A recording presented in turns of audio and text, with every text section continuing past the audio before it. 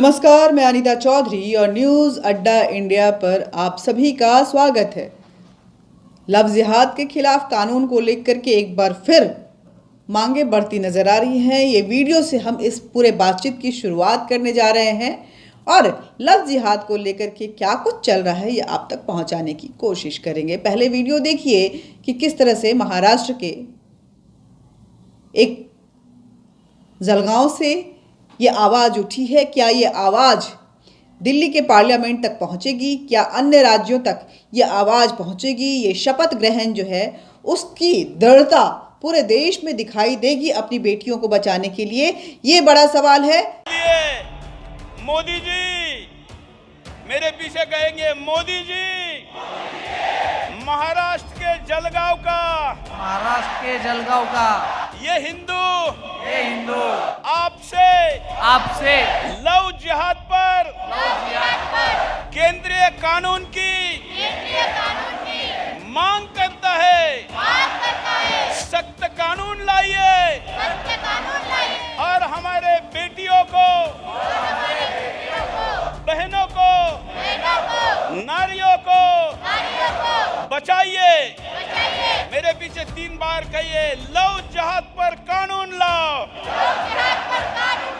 Love जिहाद पर कानून लाओ, लव जिहाद पर कानून लाओ। वीडियो आपने देखा, अब बातचीत का सिलसिला शुरू करते हैं कि आखिर क्या कुछ हो रहा है। आपको याद होगा कि प्रधानमंत्री मोदी ने कहा था कि जो बेटियों से दुर्व्यवहार करेगा उसे फांसी पर लटका दिया जाएगा। ये प्रधानमंत्री मोदी का बयान था। सत्ता पक्ष का कोई भी बयान सामाजिक स्थिति और उससे निपटने के लिए उत्तरदायी और प्रतिबद्धता को दर्शाता है। अप्रैल 2008 का अब तक के सबसे काबिल और ईमानदार प्रधानमंत्री जिनको माना जाता है, जिन्होंने विश्व पटल पर भी इस देश की गरिमा को ऊंचाइयों तक पहुंचाया है, उनका एक बयान काफ़ी चर्चित हुआ था। उन्होंने माना था कि अंततः सरकार ने बेटियों की सुध ली थी और हत्या, बलात्कार जैसे जुर्म को गंभीरता से समझते हुए कहा था कि बेटियों के साथ अगर कोई दुर्व्यवहार होता है तो उसके लिए फांसी की सजा होगी। निश्चित ही ऐसा बयान जनता में विश्वास उत्पन्न करता है। आपराधिक मनोवृत्ति के लोगों में इनमें इससे भय उत्पन्न होता है। यह सोच निर्मित होना स्वाभाविक है। लेकिन कितना कारगर हुआ ये बयान, कितना कामयाब हुआ और कितना उस पर काम किया गया, इस पर बातचीत करेंगे। लेकिन पिछले 2 महीने में यूपी और अन्य राज्यों में लव जिहाद के मामले कुछ इस तरह से बढ़े हैं जो बेहद चौंकाने वाले हैं। विश्व हिंदू परिषद ने अभी हाल ही में एक प्रेस कॉन्फ्रेंस की थी जिसमें लव जिहाद के 400 मामलों की सूची जारी की थी। इनमें से पता नहीं कितने छूट गए होंगे, कितने सामने आए ही नहीं होंगे और कितने डर के मारे, समाज के डर से, परिवार के डर से और जान के डर से अपने घरों में दुबकी बैठी हुई होंगी। ऐसा ही एक बड़ा सवाल है जो कभी भी आपको, जो अपने आप को so called main stream media कहते हैं, वो नहीं पूछते हैं लव जिहाद को लेकर के। क्या उन्हें पूछा नहीं जाना चाहिए? क्या लव जिहाद पे आवाज उठाना उनका कर्तव्य नहीं है? क्या बेटियों की हत्या करने वाले एक भी अपराधी को अभी तक फांसी की सजा दी गई है? ये भी सवाल है।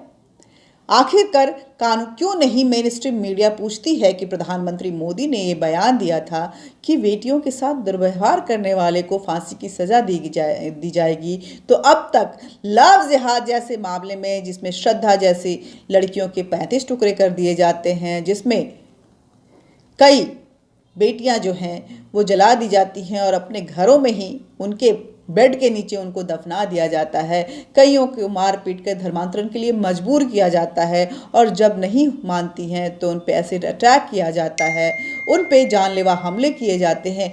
क्या ऐसे व्यक्तियों को अभी तक गिरफ्तारी के साथ साथ कड़ी सजा दी गई है? उन्हें फांसी पे लटकाने के लिए ऐसे केसेस चलाए जा रहे हैं? क्या बेटियों की हत्या करने वाला एक भी अपराधी अभी तक फांसी से झूला है? ये सवाल मेन स्ट्रीम मीडिया प्रधानमंत्री मोदी से क्यों नहीं पूछती है? खुलेआम ये दरिंदे जो हैं घूम रहे हैं, जमानत पे बाहर हैं, जेल में मौज काट रहे हैं अपराधियों की। इन अपराधियों को आखिर कब कड़ी सजा दी जाएगी, इन्हें फांसी से लटकाया जाएगा? क्या जितने भी अपराधी कोर्ट में बाहुबल और धन पशुओं के दम पर पैरवी कर रहे हैं, उन सभी मामलों में संज्ञान लेकर उन्हें कभी फांसी पे लटकाया भी जाएगा या नहीं?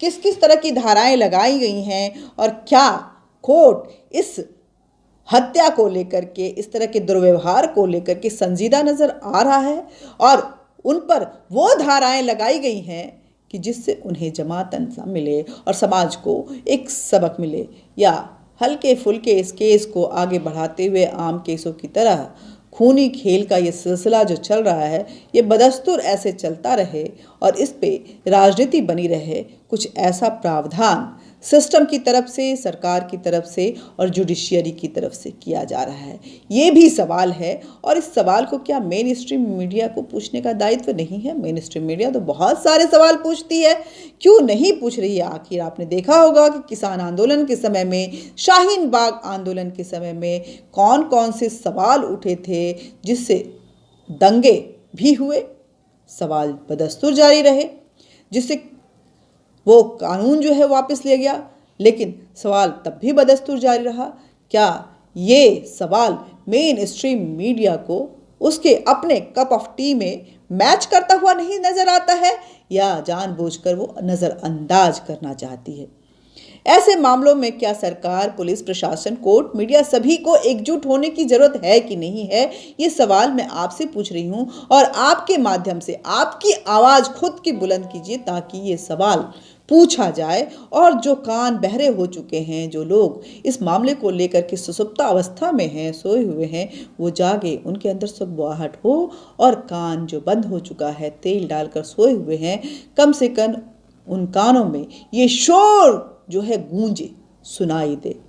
अब एग्जाम्पल के तौर पे ही आप लीजिए, अगर आपकी कोई बहन है और आपकी वो इस मामले को लेकर के उसकी भुक्तभोगी है, वो विक्टिम है, तो कार्रवाई उस पर किस तरह की जानी चाहिए? क्या सिर्फ बयानबाजी ही काफ़ी होता है या आपराधिक मामलों में कार्रवाई त्वरित आदेश के साथ हो? ये ज़रूरी नहीं होता है। इससे पहले नेता कहते थे कि जवान लड़कों से गलतियां हो जाती हैं, क्या उन्हें फांसी पे दे दें? तो ये उनका बचाव था। एक ने कहा कि हम उन्हें फांसी पे लटका देंगे तो दिल को संतुष्टि और सुकून मिली, लेकिन बचाने वाला जो उनको प्रोटेक्ट कर रहा था वो प्रोटेक्ट करता रहा। जो फांसी की सज़ा की बात कर रहे थे वो कहकर आगे निकल गए और स्थिति यथावत बनी रही। चलो, कम से कम फांसी की बात तो हुई, लेकिन ये फांसी कब होगी? सबसे चिंता की बात है कि रेप और छेड़छाड़ की 80 से 90% जानकारी के बीच में होती है और ये घटनाएं जो हैं वो बिल्कुल सुसुप्त अवस्था में पड़ी रहती हैं। बाकी घटनाओं की जानकारी भी नहीं होती है। काफ़ी समय के लिए इकट्ठे घूमते हैं, एक दिन अनबन हो गई, उस दिन उठाकर FIR करवा देते हैं, तो इसने मुझे रेप किया।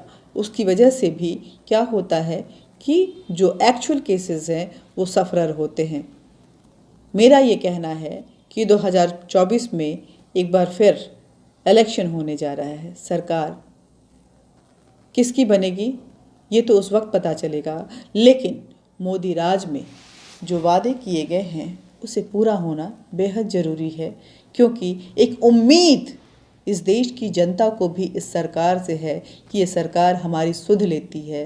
खासकर जो बहुसंख्यक जनता इस देश की है, उसे लगता है कि अब कोई उनकी भी सुध लेने वाला और सुनने वाला ऐसी एक सरकार बनी है, तो उनके साथ भी इंसाफ होगा। इंसाफ के इस इंतज़ार में इस देश के बहुसंख्यक जिनकी बेटियां आज टारगेट पे हैं, वो सख्त कानून के इंतज़ार में मोदी सरकार से उम्मीद लगाए बैठे हैं।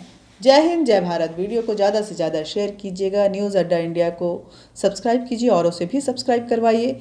लाइक बटन दबा दीजिएगा, बेल बटन दबा दीजिएगा और लफ्ज़ हाथ पे आप किस तरह के कठोर कानून चाहते हैं कमेंट बॉक्स में ज़रूर लिखिएगा। जय हिंद, जय भारत।